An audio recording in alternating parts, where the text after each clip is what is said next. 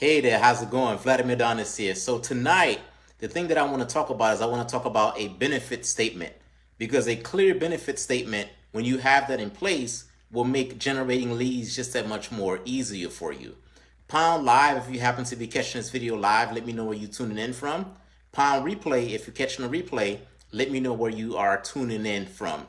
If you want a deeper dive, if you have a marketing process in place now, but you know that it's not properly optimized and you know that you're leaving leads and or sales on the table, right now I am offering a free marketing optimization call that's going to allow us to go in deeper and identify the one thing that you should be working on to optimize your marketing process. You can take advantage of that free marketing call by going to VladimirAdonis.com. All right, so let's get on with the actual content. A benefit statement is basically 1 to 2 sentences that speaks to your target market and that lets them know that you can solve their problem.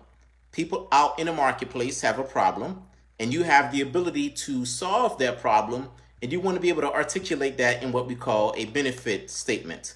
For about 2 years of my life, when I started to learn how to do lead generation, I started to learn how to do marketing, I needed to validate the concept. So in order for me to validate my concept, I was hosting workshops, and I did maybe about 60 or more workshops. And during that time, I was putting together a lot of different content, and the goal was for people to come to an in-person workshop so I can share with them my ideas and so I can share with them some of the things that I know. And during that time, I did an attempt to create what I call now benefit statements. And depending on the content that I created, some of it allowed individuals to come to the workshop, and some of it did not allow individuals to come to the workshop. I've had workshops with a couple of dozen people. I've also had workshops where I had 0 attendees. But what it allowed me to do, it allowed me to kind of just go back and say, okay, based on the way that I articulated the benefit statement, that played a role in the number of people that attended these specific workshops. So that is when I first started to kind of just toy with the idea of, let me put content on a page to try to get people to take a specific action. When I work with people on this whole benefit statement concept, there's a people have a huge misconception as to what a benefit statement is. Here's what a benefit, I'm going to tell you exactly what a benefit statement is, but before I tell you what a benefit statement is, let me tell you what a benefit statement is not. You probably heard of the concept of a value ladder. The concept of a value ladder basically indicates that there's different entry points in which people can engage with you, in which people can do business with you. You may have a free book, for example, that's part of your value ladder. You may have a low ticket course. You may have a mid ticket program. You may have a high ticket program. And all of those different programs may be able to help people at different stages in their journey. And because it does that, some people try to take everything that they do from a value ladder standpoint and they try to summarize that and create what we call a benefit statement from that. And that's not necessarily a benefit statement, because that is targeting, your value ladder is targeting too many different people at once. It's trying to solve too many different problems at once. So thereby, to try to summarize that and make that be a 1 or 2 sentence benefit statement is very difficult. And I've attempted to do this in the past. Other people have attempted to do it as well, and that doesn't work too well. So it's not you putting together everything that you do, your value ladder per se, everything in your value ladder, and to try to fit it in one benefit statement. So that's one thing that it's not. Another thing that a benefit statement is not, it's not your method. It's not your methodology. We all, as coaches and consultants, we have different methodologies that we use to help people obtain a result. So for example, when someone works with me, one of the methodologies that I have is a methodology that's called the MOM-LC methodology. And that's simply my methodology that I walk people through to help them to create a marketing process, right? So the M stands for the marketing, the O stands for the offer, the M stands for the marketing funnel, the L stands for leads, and the C stands for the conversion process. So that's my methodology, that once someone goes through my program and they begin to work with me, I just bring them through those different frameworks just to make sure that everything is properly optimized. So it's not your methodology. If you already have a methodology that you're using, your benefit statement is not your methodology.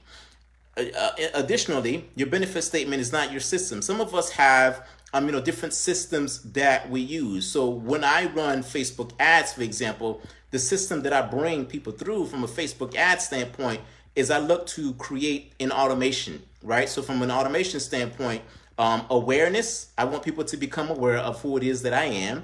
I want people to gain interest, and I want those individuals to become leads. So that's the system that I use on a front end before someone becomes a client, right? So that system is not necessarily my benefit statement, because I simply just use that system to attract people to me and then send them to a conversion process. So essentially, what a benefit statement is who you are, who do you help, and what problem do you solve. Let me give you an example. My name is Vladimir Donis, and I help coaches and consultants to generate 15 to 20 discovery calls every single month without using complicated funnels. My name, the group of people that I serve, coaches and consultants, what do I help them do? I help them to get 15 to 20 additional discovery calls, and I help them to do that without complicated funnels. So let's go through some things that you should consider from a spot check standpoint when you are creating your benefit statement. So from a spot check standpoint, does it solve a problem? At the end of the day, people are coming to you because you solve a problem. So the individual, when I say to someone, I'm going to help them to get 15 to 20 additional discovery calls, that person may not necessarily be getting any discovery calls, or they may only be getting a low number of discovery calls, and I'm going to help them to get more discovery calls. So that's the problem that I'm going to help them to solve. They want more discovery calls. I'm going to help them to get more discovery calls. Are you using another thing that so I'm going to go through 6 different things real quick that from a spot check standpoint that you want to spot check when you're creating this benefit statement. The other thing you want to keep in mind is, are you using their language, right? Sometimes we use complicated languages. So for instance, I may say, hey, I'm going to help you, use a reverse marketing funnel. And someone may not necessarily know what that reverse marketing funnel is. So you want to make sure that we're using their language. What are some of the things that's keeping them up at night, and use that exact language. Who is the target market, right? My target market in this specific instance, I said they were coaches and consultants. I can say entrepreneurs, but that's a little vague, right? If I say coaches and consultants, that's a little bit more precise. I can make it even more precise. I can say life coaches, right? If I say, hey, life coaches, are you looking to generate an additional 15 to 20 discovery calls every month? Now I'm being just that much more precise, because if a life coach see that, they can be like, okay, this is relevant to me. So from a relevant standpoint, you're being very relevant when you include your target market. The next thing that you want to take a look at from a spot check standpoint is, can you solve the problem within the problem?